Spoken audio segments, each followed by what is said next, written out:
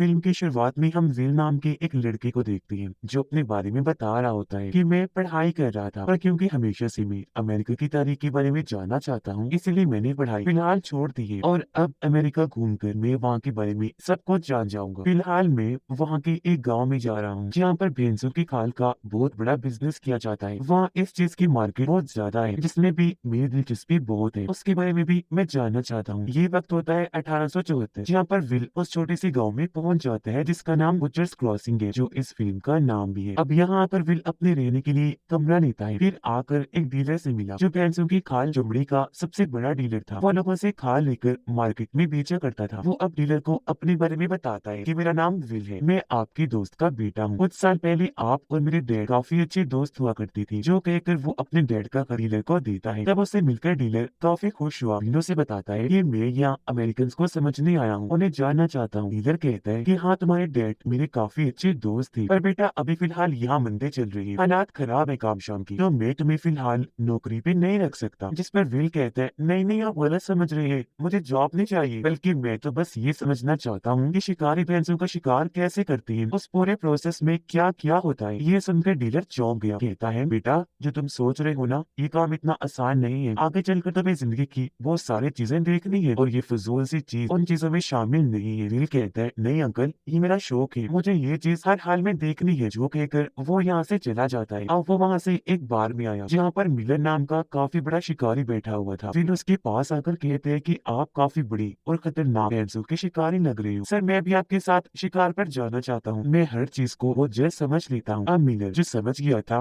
कि विल यहाँ पर चीजें लिखने आया है, वो विल को अपने पास बिठा लेता है। तब बार की मालिक लड़की उनके लिए शराब लेकर आती है। वो मिलर को बताता है कि मैंने इस बारे में डीलर से भी बात की थी, पर उसने तो साफ साफ मना कर दिया। मिलर कहते हैं कि हाँ हाँ, वो ऐसा ही है, दरअसल अब बूढ़ा हो चुका है ना, इसलिए। विल पूछता है कि इस बार आप शिकार पर कहाँ जाने वाले हो। मिलर ने जवाब दिया कि हफ्तों का सफर तय करने के बाद एक पहाड़ी इलाका आएगा, हम इस बार वहाँ जाएंगे शिकार के लिए, क्योंकि वहाँ हजारों की तादाद में जंगली भैंसें होती है, पर इस मिशन पर हमें कई सारे हथियारों और सामान की जरूरत पड़ेगी। विल पूछता है ये सब पर टोटल कितना खर्चा आ जाएगा। मिलर कहते हैं कि $600 तक लग जाएगी, पर घबराना नहीं लड़के, जब हम वापस आएंगे ना, तो हमें हजारों डॉलर्स का फायदा होगा। थोड़ा सोचने के बाद विल कहते हैं कि मैं जिस खोज के लिए यहाँ आया हूँ वो मेरा एक जुनून है, और जुनून का कोई मोल नहीं होता। इस मिशन में पैसे मेरे लिए कोई मायने नहीं रखती, तो मैं इसके लिए तैयार हूँ। जिस पर मिलर उसके साथ हाथ मिलाकर ये डील पक्की कर लेता है और अभी लोग फिर से मिलकर शराब पीते हैं। रात के वक्त विल दोबारा से बार में आया जहाँ लोग नाच गाना करके खुश हो रहे थे। विल को बार की मालिक कहती है कि तुम मुझे बहुत पसंद हो, और उसे अजीब लगा। वो यहाँ से चला जाता है। अगले दिन जब ये सारे बार में आए, मिलर यहाँ विल को अपने दो साथियों से मिलवाता है। वो एक ही तरफ इशारा करके कहता है कि ये मेरा साथी स्किनर है, भैंसों का शिकार होने के बाद ये उनके जिस्मों पर से खाल उतारने का काम करता है, और दूसरा साथी एक कुक है जो हमारे साथ इस सफर में खाना बनाने का काम करेगा। स्किनर यहाँ मिलर को कहता है कि तुम जिस पहाड़ी इलाके पर शिकार करने के लिए जाने की बात कर रहे हो ना, वहाँ जाना काफी मुश्किल और खतरों से भरा हुआ है, क्योंकि रास्ता वो बहुत लंबा है जिस बीच तूफान, लुटेरों और खाइयों के बहुत खतरे हैं। मिलर कहता है पर वहाँ जाने में हमें काफी फायदा होने वाला है, क्योंकि वहाँ हजारों की तादाद में भैंसें होती है। स्किनर कहता है अच्छा ठीक है, पर मुझे इस चीज से फर्क नहीं पड़ता, अपने काम के मैं $60 लूंगा, इसके अलावा तुम कितना मुनाफा कमाते हो मुझे उसमें से हिस्सा नहीं चाहिए। जिस पर विल और मिलर दोनों राजी हो जाती है, और इसी दिन की दोपहर की वक्त वो शिकार के लिए निकल जाती है। चारों लोग अपने अपने सामान के साथ आगे बढ़ रहे थे। मिलर को रास्ता पता था, तो वो ही सबसे आगे बढ़ रहा था। रास्ते में रुक रुक कर ये लोग शिकार करते हैं। तब कुक इनके लिए खाना बनाता है, और ये लोग जो सफर करके थक गए थे भूख मिटाने के लिए खाना खाते हैं। अगले दिन दोबारा से जब ये सफर शुरू कर रही थी, तो स्किनर को लगता है जैसे मिलर रास्ता भूलने लगा है, लेकिन फिर भी उसके पीछे पीछे ये लोग आगे बढ़ती रहती है, और इनका ये वाला सफर भी काफी दिन तक चलता रहता है। जहाँ एक दिन ये लोग एक घर के पास पहुंचे। अंदर जब ये जाने लगी तो देखती है कि घर में एक लाश है, जो देखकर सभी काफी डर जाती है। रेगिस्तान में जब ये लोग थे तो घोड़ा गाड़ी पर बैठकर वहाँ एक औरत आई जो इन लोगों से मदद मांगती है, पर मिलर उसे वहाँ से जाने के लिए कहता है। विल कहता है कि मुझे ये बेचारी बेबस लग रही है, हमें इसकी मदद कर देनी चाहिए, पर मिलर ने मना कर दिया। ये देखकर औरत अपने गन निकाल लेती है। तब मिलर उससे पहले गन तान कर कहता है कि चुपचाप यहाँ से चली जाओ, वरना अभी गोली मारकर खत्म कर दूंगा तुम्हें। इसलिए अब औरत को वहाँ से जाना पड़ता है। यहाँ स्किनर अब विल को बताता है कि हमने उसकी मदद क्यों नहीं की। उसका कहना था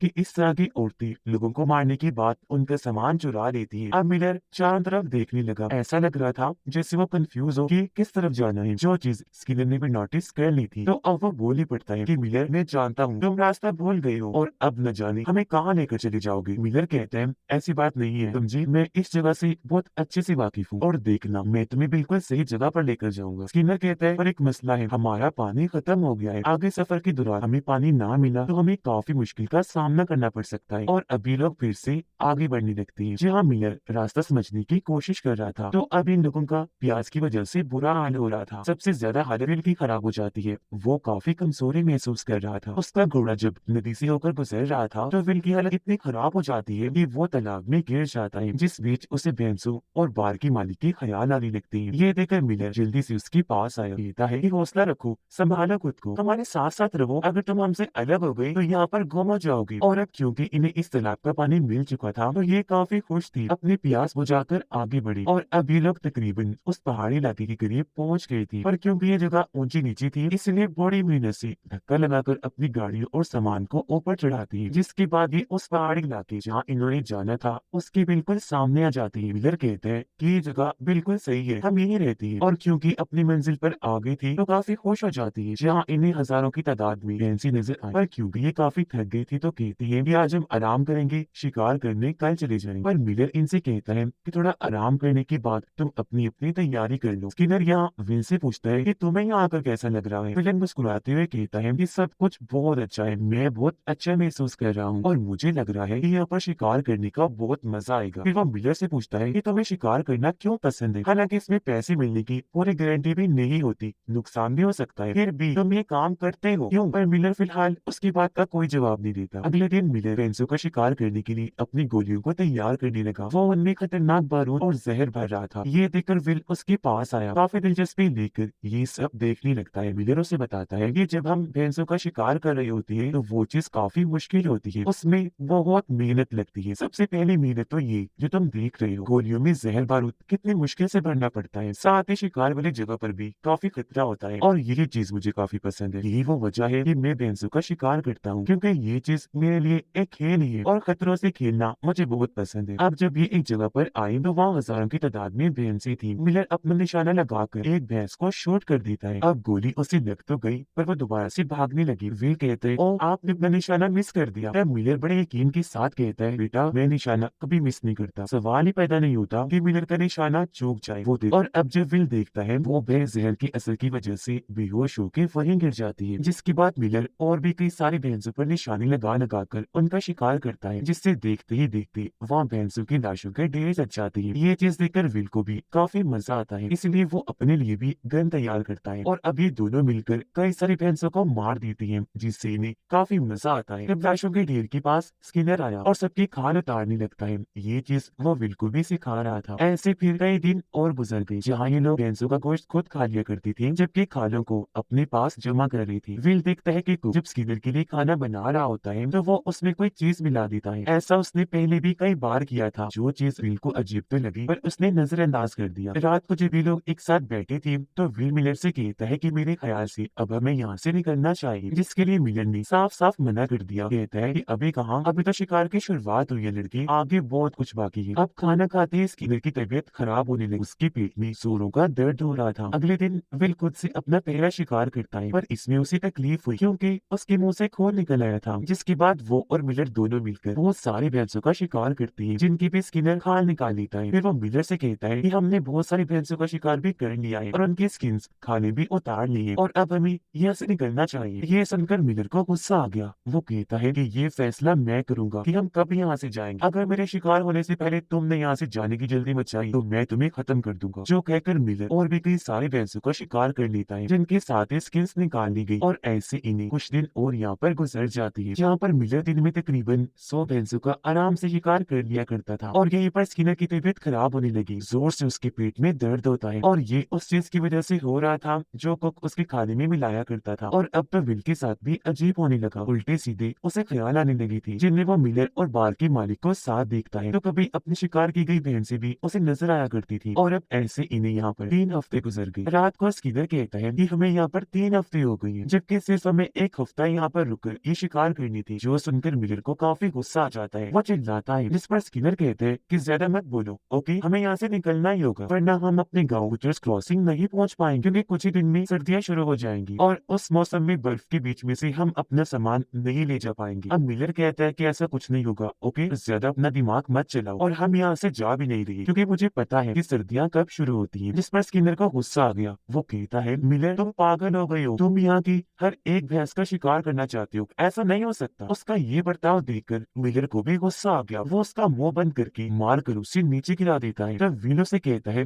कि स्किनर एक ही तो कह रहा है हमें यहाँ से चलना चाहिए। मिलर जवाब देता है कि मैं यहाँ पर शिकार करने आया हूँ और जब तक वो पूरा नहीं होगा मैं तुम या कोई भी यहाँ से नहीं जा सकती। जिसके अगले ही दिन मिलर के शिकार का सिलसिला दोबारा शुरू हो गया, जिसमें जमीन पर कई जगहों पर लाशों के ढेर लग जाया करती थी। वहाँ से थोड़ा आगे आकर मिलर कहता है कि मैं अब इससे भी आगे जा रहा हूँ शिकार करने, क्योंकि वहाँ तकरीबन 200 भैंसी होंगी। जो बोलकर वो आगे बढ़ गया जहाँ सच में कई सारी भैंसी। पर उसके इस पागलपन से अब विल भी परेशान हो गया था। वो कहता है कि तुम अपने भैंसों के शिकार को लेकर पागल हो गए हो। पर अब मिलर आगे बढ़कर दूर से भैंसों पर गोलियां चलाने लगता है, जिससे डरकर वो वहाँ से भागने लगे और मिलर भी उनके पीछे पीछे जाने लगता है। पर भैंसी जिनकी स्पीड काफी तेज थी वो दौड़ निकल आती है और इस चीज से मिलर को बहुत गुस्सा आ जाता है, जो सारा वो अपने साथियों पर भड़क कर निकालता है। अब तभी विल के हाथ पर आसमान से बर्फ आकर गिरी, यानी कि सर्दियों की शुरुआत हो गई थी, जिसके देखते ही देखते वहाँ बर्फ का तूफान आने लगा। इसलिए ये लोग अपना सामान समेटने लगते हैं और क्योंकि शुरू में ठंड बहुत ज्यादा ही थी इसीलिए विल संभल नहीं पाता, उसकी तबीयत खराब होने लगती है। इसलिए मिलर उसे भैंसों की खालों के नीचे सुला देता है। अब काफी देर के बाद जाकर ये तूफान रुकता है, जहाँ ये लोग निकलने की तैयारी करने लगे। मिलर कहता है कि ठंड से हम मर ना जाए तो इसके लिए हमें यहाँ पर आग की जरूरत है, इसलिए अभी लोग जैसे तैसे वहाँ पर आग जलाते हैं। मिलर कहता है कि मैंने कहा था ना कि निकलते हैं, लो देखो सर्दियाँ आ गई है, अब हम यहाँ पर फंस गए हैं। विल कहता है पर अभी भी हम यहाँ से निकल सकते हैं। जो सुनकर मिलर ने जवाब दिया कि नहीं निकल सकती, अब तो सर्दियाँ खत्म होने से पहले ऐसा हो ही नहीं सकता, क्योंकि बर्फ में हम अपना सामान लेकर आगे बढ़ ही नहीं सकते और अब हमें सर्दियाँ खत्म होने का इंतजार करना पड़ेगा, उससे पहले हमारे यहाँ से निकलने का सवाल ही पैदा नहीं हो। विल कहता है हम आराम आराम से चलकर यहाँ से निकलने की कोशिश करेंगे। मिलर फिर से कहता है कि ये भी मुमकिन नहीं, क्योंकि हम जैसे थोड़ा आगे बढ़ेंगे फिर से तूफान आ जाएगा, तो मजबूरन हमें वहाँ पर रुकना पड़ेगा और ऐसे में सबसे ज्यादा हालत भी तुम्हारी ही खराब होगी, इसलिए अब हमारे पास इंतजार करने के अलावा और कोई रास्ता नहीं है। और अब ऐसे ही इन लोगों को कई दिन और गुजर गए। अब भी मिलर शिकार करना नहीं छोड़ता, भैंसों को मारकर वो खाने के लिए लाता है, जो हमेशा की तरह कुक का खाना खाने के बाद स्किनर के पेट में दर्द होने लगता है, पर पहले से भी ज्यादा। अगले दिन विल जब एक जगह पर आया तो उसे अपने सामने एक भैंस खड़ी हुई दिखती है, जो अगले पल वहाँ नहीं थी, क्योंकि वहाँ पर कोई भैंस थी ही नहीं। ये तो बस उसका ख्याल था, क्योंकि इनका ये सफर इतना डिस्टर्ब कर रहा था कि अब तो इन्हें उल्टे सीधे ख्याल आ रहे थे। एक रात स्किनर मिलर को कहता है अब निकलने की तैयारी करनी चाहिए, क्या ख्याल है, क्योंकि कुछ दिन के बाद सर्दियाँ खत्म हो जाएंगी। मिलर कहता है अभी नहीं, जब सर्दियाँ पूरी तरह से खत्म हो जाएगी तब। जो सुनकर स्किनर भड़क उठा, क्योंकि उसके पेट का बुरा हाल था। और अब एक दिन स्किनर को वो दवाई मिल ही जाती है जो को खाने में मिलाया करता था, जिसे खाकर उसके पेट में मसला शुरू हो जाया करता था। दवाई को स्किनर कुक को लाकर दिखाता है, कहने लगा तो अच्छा ये मिलाया करते थे तुम मेरे खाने में, तभी तो मैं सोच रहा था कि तुम्हारा पकाया खाना खाने से सिर्फ मुझे ही दर्द क्यों होती थी। कुक यहाँ माफी मांगता है, पर स्किनर जो काफी भड़का हुआ था वो कुक को मारने लगा, इतना ज्यादा मारता है कि उसकी हालत खराब हो गई और फिर वो मर ही जाता है। ये देखकर मिलर और विल यहाँ पर आए, जिन्हें स्किनर ने सारी बात बता दी रहता है कि इसलिए किया ये सब क्योंकि इसने मेरी जान लेने की कोशिश की, वो दवाई मेरे खाने में मिलाकर। मिलर कहते हैं अब हमें इसे दफन करना होगा। फिर अगली ही सुबह ये लोग कुक को दफन कर देती है, दुखी होती हुई उसे याद करने लगती है। अब देखते ही देखते सर्दियाँ खत्म हुई और अगला मौसम शुरू हो जाता है। जैसे बर्फ खत्म होना शुरू हुई ये लोग अपनी गाड़ियाँ लेकर आगे बढ़ने लगे, जो भैंस की खालों से भरी हुई थी, पर इन्हें अपनी गाड़ियाँ चढ़ाने और उतारने में काफी मुश्किल पेश आती है। लेकिन जैसे तैसे ही पहाड़ की उस तरफ जाकर आगे बढ़ने लगी। मिलर कहते हैं कि इस बार हम बुटर्स क्रॉसिंग में जाकर माला माल हो जाएंगे, हमें खूब मुनाफा होगा। और अभी लोग एक खाई पर से गुजरने वाले थे, ऊंचाई की वजह से काफी दिक्कत का सामना करना पड़ रहा था और तभी घोड़ा इनकी मालगाड़ी से अलग हो जाता है, जिससे स्किनर और खालों से भरी हुई गाड़ियां नीचे खाई में जाकर गिर जाती है और इस हादसे में स्किनर की मौत हो जाती है। ये देखकर दोनों को काफी बुरा तो लगा, पर अब वो घोड़ों पर बैठकर अपना सफर शुरू कर देती हैं। जल्दी अपने गांव बुटर्स क्रॉसिंग में पहुंच गई, जहाँ आकर इन्होंने देखा कि गांव के सभी घर खाली है, अब यहाँ पर कोई भी नहीं है। ये दोनों अब डीलर के घर आए। डीलर से पूछता है कि यहाँ पर क्या हुआ। अब वो उनको देखकर काफी चौंक गया, कहता है कि तुम दोनों जिंदा हो, मुझे लगा था मर गए होगे। डीलर से कहते हैं जानती हो इस बार मैं बहुत बड़ा शिकार करके आया हूँ, हमारे पास भैंसों की खालों का ढेर है। ये सुनकर डीलर हंसने लगा, कहता है मगर अब तुम्हारा ये बड़ा शिकार किसी काम का नहीं, क्योंकि भैंसों की खालों की डिमांड मांग खत्म हो गई है। यही वजह है कि इस चीज का बिजनेस हमारे गांव में काफी डाउन हो गया, लोगों को नुकसान होने लगी, इसीलिए वो यहाँ से सब कुछ छोड़ छाड़ कर चली गई ताकि कोई अच्छा काम तलाश कर सके। खुद मुझे भी इस बिजनेस में काफी नुकसान हुआ, अब ये स्किन्स हमारे है किसी काम की नहीं है। इस बात से मिलर काफी मायूस हो गया, उसे बहुत बुरा लगता है, गुस्सा भी आ जाता है, इसलिए वो यहाँ से निकल गया। डीलर अब विल से पूछता है